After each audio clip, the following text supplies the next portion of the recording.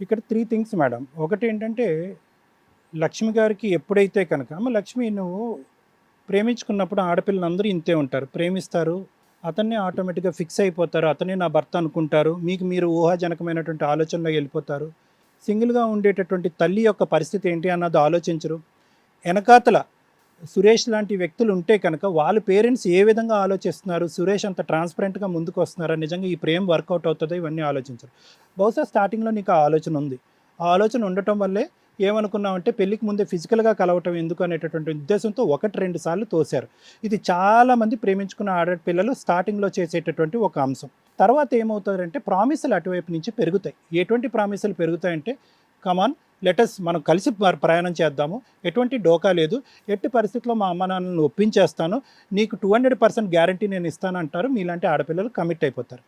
ఇప్పుడు కమిట్ అయిపోవటం వల్ల ఏమొచ్చింది అంటే కనుక ఇతనికి ఈ ఆలోచన ఏదైతే ఉందో నా నాకు పుట్టినటువంటి బిడ్డ నా బిడ్డ కాదు. నీకొచ్చినటువంటి గర్భం నా వల్ల కాదు అనేటటువంటి ఆలోచన ఇదేదో పెళ్ళయిన తర్వాత వచ్చినటువంటి ఆలోచన కాదమ్మా. ఏదైతే ఒకసారి నువ్వు పక్కకు తోసావో, రెండోసారి బలవంతం చేశాడో, బలవంతం చేసిన తర్వాత నువ్వు ఒప్పుకున్నావో, ఆ తర్వాత కంటిన్యూస్‌గా కలిసారో, అప్పుడే ఇతని ఆలోచనలో ఒక బీజం పడింది. ఈరోజు ఇతనికి తాగుడు అనేటటువంటిది కూడా ఇందాక నేను చెప్పినట్టుగా ఉన్నటువంటి పాయింట్ ఏంటంటే ముందు నుంచి తాగుడుంది.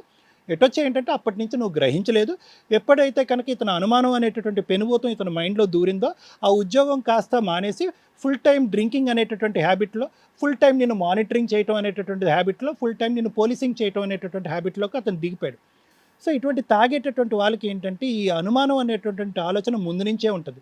ఇదేంటి ఒకసారి నువ్వన్న అమ్మాయి రెండోసారి, మూడోసారి ఆటోమేటిక్‌గా యాక్సెప్ట్ చేసేసి, అసలు లెక్కపెత్తడం లేకుండా నాతో పాటు ఇలా ఫిజికల్‌గా కలిసిపోతుందనేటటువంటి ఆలోచన ఏమవుతుందంటే, నేనొక్కడినేనా? లేదంటే నాలాగా ఆలోచించి ఈ అమ్మాయిని బలవంతం చేసినటువంటి నలుగురితో కూడా ఈ అమ్మాయి ఇలా ఉంటుందా అనేటటువంటి ఆలోచనతో అతను వెళ్ళాడు. వెళ్ళిన తర్వాత ఏమైందంటే, అతనికి కావాల్సినటువంటి సుఖాలు, సంతోషాలు అన్నీ అయిపోయినాయి. రాకూడనటువంటి అనుమానం, ఆలోచన కూడా వచ్చేసింది. ఇంక ఏ విధంగా చూసుకున్నా కూడా లక్ష్మి అనేటటువంటి క్యారెక్టర్ వైఫ్ అనేటటువంటి స్థానంలో కూర్చొని సురేష్ పక్కన నిలబడటం అనేటటువంటిది అతనికి నచ్చట్లేదు. దాంతో ఏంటంటే ఇతనిలో ఉండే ఇంకో భయం ఏంటంటే ఎక్కడ ఇన్నిసార్లు కలిసినట్టు నువ్వు ప్రెగ్నెంట్ అజాగ్రత్తగా జాగ్రత్త తీసుకోకుండా ఫ్యామిలీ ప్లానింగ్ లేకుండా కలిసినప్పుడు నువ్వు ఎప్పుడు ప్రెగ్నెంట్ అవుతావు అనేటటువంటి భయం కూడా అతనిలో ఉంది. అతని దరిద్రం కొద్దీ ఏమైంది అంటే కనుక నీ దరిద్రం అతని దరిద్రం నాకు తెలియదు కానీ నువ్వు కాస్త ప్రెగ్నెంట్ అయిపోయావు. పోనీ కాస్త ఆ ప్రెగ్నెన్సీ కాస్త పెళ్ళయ్యేంత వరకు అది రివీల్ చేయకుండా ఉండుంటే అది వేరే విషయంగా ఉండేది. సరే ప్రెగ్నెంట్ అయిపోయావు. ఇక్కడ ఏమైందంటే అగ్గికి ఆర్జం పోస్తున్నట్టుగా వాళ్ళ తల్లి కూడా ఇతనితో జత కలిసింది. ఆవిడకి కూడా మొదటి నుంచి నువ్వు ఇష్టం లేదు. సింగిల్ పేరెంట్ అమ్మాయి అనో తెలీదు, లేదంటే ఇంకో ఉద్దేశమో తెలీదు. అతనికి ఇష్టం లేదు. ముందు నుంచే తెగ్గొట్టాలనేటటువంటి ఉద్దేశంతో ఫైనల్‌గా ఆవిడ ఏం చేసిందంటే ఎంగేజ్‌మెంట్ వరకు వచ్చేసిందమ్మ. ఎందుకంటే ఇతను చచ్చిపోతాను సూసైడ్ ఆ తాగిన మొత్తంలోనో ఇంకోటో తెలీదు భయపెట్టి ఇచ్చేసి ఎంగేజ్‌మెంట్ వరకు వచ్చింది. పెళ్లి వరకు ఇది వచ్చేటప్పటికి ఏమైందంటే నువ్వు ఆటోమేటిక్‌గా నువ్వు ప్రెగ్నెంట్ అయిపోయావు కాబట్టి నీకు ఇంకో దారి లేదు కాబట్టి పెళ్లి వరకు వచ్చింది. సో, ఇక్కడ మనకు అర్థమైంది ఏంటంటే, కొత్తగా వచ్చినటువంటి క్యారెక్టర్ కాదు. సురేష్ అనేటటువంటి వ్యక్తికి పెళ్ళయిన తర్వాత నీ ప్రెగ్నెన్సీ అని తెలిసి నీ మీద అనుమానం పెరిగి శివతోనో, ఎక్స్‌వైజెడ్‌తోనో ఇది చేపించేసి నిన్ను ఉద్యోగమే వద్దు అని చెప్పేటటువంటి ఆలోచన శైలి మొదటి నుంచి అతనికి నీ మీద అనుమానం అనేటటువంటిది ఆ బీజం అనేది మొదటి నుంచి పడింది. అది కాస్త ఏమైందంటే గనక ఎప్పుడైతే కనుక నిన్ను ఉద్యోగం మానేయమన్నాడో ఆటోమేటిక్‌గా నీకు అర్థం అవ్వాల్సింది ఏంటంటే, ఇదేంటి మనిద్దరం కలిసి ఉద్యోగం చేసుకుంటున్నాం. అదే ఉద్యోగం చేసుకున్న చోటే ప్రేమించుకున్నాం. పెళ్ళికి ముందే శారీరకంగా కలిసాం. నీ వల్లే నేను ప్రెగ్నెంట్ అయ్యాను. ఇప్పుడు అలాంటి వాడు ఈరోజు నా ఉద్యోగం మానిపిస్తున్నాడు అంటే కనుక, ఇంతకుముందు 3, 4 గంటల పాటు ఉండేటటువంటి టార్చర్, హెరాస్మెంట్ ఇప్పుడు 24 అవర్స్ కాబోతుంది అనేది నువ్వు అర్థం చేసుకోవాల్సినటువంటి అంశం. కానీ నీ కాళ్ళకు అడ్డుపడుతున్నటువంటి ఏకైక ఇష్యూ అప్పుడు, ఇప్పుడు, ఎప్పుడు కూడా ఇప్పటికి కూడా అంత బహిరంగంగా శివతోనా అంటే కనుక ఇతని మీదే నాకు అనుమానం. ఖచ్చితంగా నీకు ఇతని మీద అనుమానం అంటే కనుక శివతో మాత్రం ఏమో ఇతనితో ఉండుండొచ్చు. ఇతనితోనేనా నీ అనుమానం అంటే కనుక ఇతను కాకుండా వేరే వాళ్ళు ఉంటే అది మీరు ఎలా చెప్తారు? సో, ఇన్ని విధాలుగా మాట్లాడేటటువంటి వ్యక్తితో పాటు ఇప్పటికీ కూడా అతను మారుతాడనే ఉద్దేశంతోనే ఇక్కడ కూర్చొని మీ ద్వారా అతను మార్చుకుని నా భర్త కింద స్వీకరించాలి అంటే కనుక నీ భర్త కింద స్వీకరించాలనే ఉద్దేశం ఇప్పటికీ నీకు లేదు. నీకున్నది ఒక్కటే ఏంటంటే, ఆ బిడ్డకి తండ్రిని కావాలి అనేటటువంటి ఉద్దేశంతో నువ్వు ప్రాధేయపడటమే గానీ, ఇలాంటి ఇన్ని విధాలుగా ఒక ఆడదాన్ని హింసించి, వేధించి, పనులు మానిపించి, ఇంట్లో కూర్చొని పగలనక, రాత్రనక హెరాస్ చేసేటటువంటి వ్యక్తుల్ని ఇంకా నువ్వు కోరుకుంటున్నావు అంటే కనుక, అతనేమో దేవుడు కాదు, అతనేమో గొప్ప వ్యక్తి కాదు. నువ్వు కోరుకుంటున్నావంటే ఏంటంటే, ఈరోజు అందరినీ ఎదిరించి, అందరినీ కాళ్ళవేళ్ళ పడి, అందరినీ బతిమాలుకుని భర్తగా అతన్ని చూపెట్టుకున్న ఇతన్ని ఈరోజు ఆ బిడ్డకి తండ్రి కాకుండా వెళ్ళిపోతే కనుక రేపొద్దున ఆ బిడ్డకి నేను ఏం సమాధానం చెప్పుకోవాలనేటటువంటి ఏకైక ప్రశ్న గురించితో ఈరోజు అతను దుర్మార్గుడైనా, దరిద్రుడైనా, దుష్టుడైనా, అనుమానించిన, హింస పెట్టిన, ఆఖరికి నువ్వు డబ్బులు కష్టపడి మీ అమ్మ దగ్గర నుంచి డబ్బులు తీసుకొచ్చి కుటుంబాన్ని పోషించిన, ఈరోజు అతను నువ్వు వద్దు అని అంటున్నాడు. నువ్వు కావాలంటున్నావు, అతను నిన్ను వద్దు అంటున్నాడు. నువ్వు ఎందుకు కావాలి అనుకుంటున్నా అంటే ఆ బిడ్డకి తండ్రి గురించి కావాలనుకుంటున్నావు. సో ఇప్పుడు ఇది ఇక్కడ కూర్చున్న అందరిలో కంటే ప్రధానంగా ఒక టీచరు, ఒక స్టూడెంట్, ఒక డాక్టరు, ఒక పేషెంట్, ఒక లాయరు, ఒక క్లయింట్ అన్నీ నువ్వే. ఎందుకంటే నిర్ణయం తీసుకోవాల్సినటువంటి, ఎందుకంటే ఇంతకంటే ఒక చేదనుభవం, ఇంతకంటే ఒక భయంకరమైనటువంటి పరిస్థితి ఏ ఆడదానికి ఉండదు. ప్రేమించటం, పెళ్ళికి ముందే గర్భవతి అవటం, ఆ గర్భం వచ్చింది కాబట్టి బిడ్డను కన్నాను కాబట్టి ఆ బిడ్డకు తండ్రిని చూపెట్టాలి కాబట్టి ఒక దుర్మార్గుడు, ఒక తాగుబోతుడు, ఒక పని చేయనటువంటి వ్యక్తితో పాటు జీవితాంతం ప్రయాణం చేయాలని ఎవరూ కోరుకోరు. నువ్వు కోరుకుంటున్నావు అంటే కనుక ఇక్కడ ఆలోచించవలసింది నువ్వే. ఎందుకంటే నీ ఉద్దేశ ప్రకారం ఏంటంటే ఈ మనిషిని మార్చి నాకు ఇవ్వండి అని అంటున్నాను. నేను చెప్తాను అసలు ఇలాంటి మనుషులు, ఇలాంటి వ్యక్తిత్వం ఉన్న వాళ్ళు మారుతారా లేదా అనేది నేను చెప్తాను. దాన్ని బట్టి నువ్వు నిర్ణయం తీసుకోవాల్సినటువంటి అవసరం ఉంది. ఇక్కడ నేను శివ ఒకసారి before I come to Suresh, Shiva ఇక్కడ ఏంటంటే చిన్నటి నుంచి ఉండేటటువంటి ఒక స్నేహాన్ని నేను ఎప్పుడు అప్రిషియేట్ చేస్తాను. అది అమ్మాయి అబ్బాయి అయినా, అమ్మాయిలైనా, అబ్బాయిలు అబ్బాయిలైనా, I appreciate that fact very much.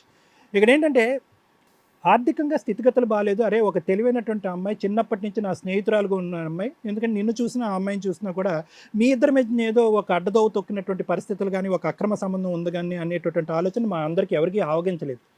కానీ నీలాంటి వ్యక్తులతో కూడా మాట్లాడాలని నేను ఎందుకు అనుకున్నానంటే, నీ యొక్క మంచితనాన్ని పొగట్టడం గురించి, ఇంకో దురుద్దేశం లేకుండా నిక్కచ్చిగా నిజాయితీగా అమ్మాయికి సహాయపడటానికి ముందుకు వచ్చినటువంటి ఒక నిజాయితీపరమైనటువంటి ఒక చైల్డ్హుడ్ స్నేహితుడిగా నిన్ను అది గర్విస్తున్నాను కూడా. అది ఒక అంశం. రెండోది ఏంటంటే కనుక ఎక్కడ step in to help, where not to help అనేది కూడా నీలాంటి వాళ్ళు అర్థం చేసుకోవాలి. అంటే ఎక్కడ సహాయపడాలి, ఎక్కడ సహాయపడగలరు. ఆర్థికంగా శోభలో ఉంది, తెలివైనటువంటి ఆడపిల్లి, భర్త ఉద్యోగం చేయడం, ఆ అమ్మాయి చేతి కూడా ఉద్యోగం మాన్పించేశాడు. ఇటువంటి పరిస్థితుల్లో నేను ఒక 10 రూపాయలు ఇచ్చి, లేదంటే ఒక ఉద్యోగం ఇచ్చి ఒక 10 రూపాయలు ఇచ్చేటటువంటి పరిస్థితి తీసుకురావటం, ఒక మానవతా దృక్పథంతో సహాయం చేయాలనేటటువంటి ఉద్దేశం బాగున్నా కూడా దాని వెనకాతలు ఉండేటటువంటి పూర్వపరాలు మీరు గురించి ఆలోచించండి.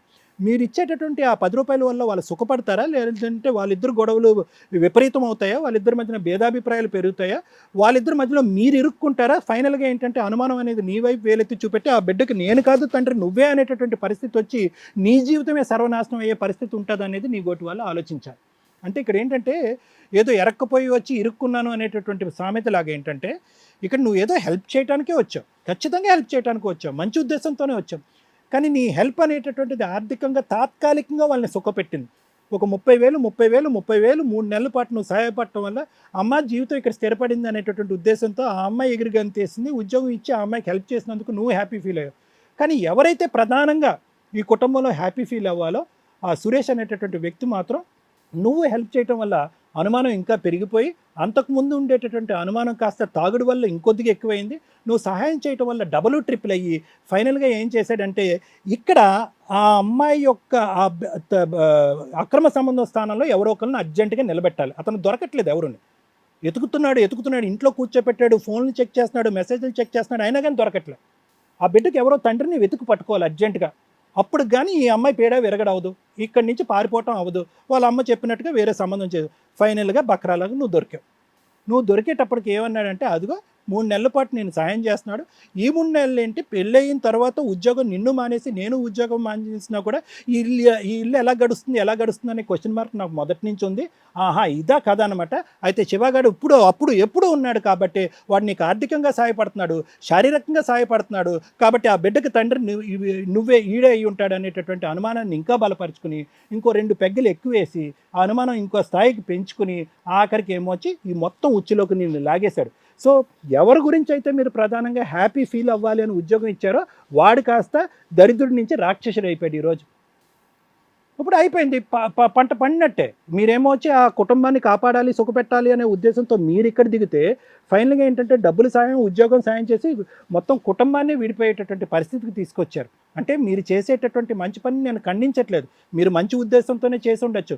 ఇంకో ఇంట్లో మీరు ఆ హెల్ప్ చేసి ఉంటే కనుక వాళ్ళు చాలా హర్షించి ఉండొచ్చు. ఇప్పటికి కూడా ఇంత జరిగి నిన్ను అవమానించినా కూడా అతను భుజం మీద నువ్వు చెయ్యేసి అరే బాబు నువ్వు ఆ అమ్మాయిని బాగా ట్రీట్ చేసుకో, మీరిద్దరు హ్యాపీగా ఉండండి, మీకు ఆర్థికపరమైనటువంటి కష్ట నష్టాలు ఏమన్నా ఉంటే కనుక నేను హెల్ప్ చేస్తానని మీరు చెప్పినా కూడా నాకు నీదేవో అక్కర్లేదు, ఆ అమ్మాయి అక్కర్లేదు, నా దారి నేను చూసుకుంటాను అనేటటువంటి వ్యక్తికి ఎందుకు హెల్ప్ చేయాలి మీరు? ఎందుకు హెల్ప్ చేయాలి? ఎవరిని సుఖపెట్టాలి? కాబట్టి నా ఉద్దేశం ఏంటంటే అతనిలో ఒకసారి నేను అతనితో మాట్లాడతా, సురేష్తో. సురేష్ సార్ ఒకే పాయింట్ నాన్న నీకు చెప్పేది. అనుమానం ముందు వచ్చిందా, తాగుడు ముందు వచ్చిందా, తాగుడు వల్ల అనుమానం పెరిగిందా అనేటటువంటిది నాకు తెలీదు. అదంతా కూడా మనం క్లియర్ కట్గా ఒకసారి కూర్చొని మాట్లాడుకుంటే మనకు అర్థమవుతుంది. ఎప్పటికీ కూడా ఒక ఆఖరి అవకాశం. అన్ని విధాల టెస్టులు పాస్ అయ్యి అక్కడ లక్ష్మి కూర్చుంది. మాకు నమ్మకం వచ్చింది, ఇక్కడ కూర్చున్నటువంటి ముగ్గురు పెద్దలకు ఒక నమ్మకం వచ్చింది. ఆ అమ్మాయి చాలా నిజాయితీగా మాట్లాడుతుంది. భర్త అంటే ప్రేమికుడు అని నువ్వు ఒక్కడవే అనేటటువంటి ఉద్దేశంతో స్టార్టింగ్ చేసినటువంటిది ఇప్పటికీ కూడా జర్నీ నువ్వే నా భర్త అనేటటువంటి విధంగా, ఆ బిడ్డకు నువ్వే తండ్రి అనే విధంగా ఆ అమ్మాయి ఇప్పటికీ కంటిన్యూ అవుతుంది. ఇంతకు మించినటువంటి ఒక ఆడపిల్ల, ఒక భార్య, ఒక తల్లి నీకు జీవితంలో దొరకదు. నేను వదిలిపెట్టినా తను సహాయం చేస్తాడు సార్. విను ఒక్క నిమిషం నేను అన్నా తర్వాత. నా ఉద్దేశం ఏంటంటే ఈరోజు ఈ విధంగా మాట్లాడుతున్న నువ్వు నీ వెనకాతల ఆ మందు బాటలు ఉంది అనేది నా ఆలోచన. తాగి తాగి తాగి తాగి తాగి తాగి నీ బుర్ర డాష్ అయ్యింది.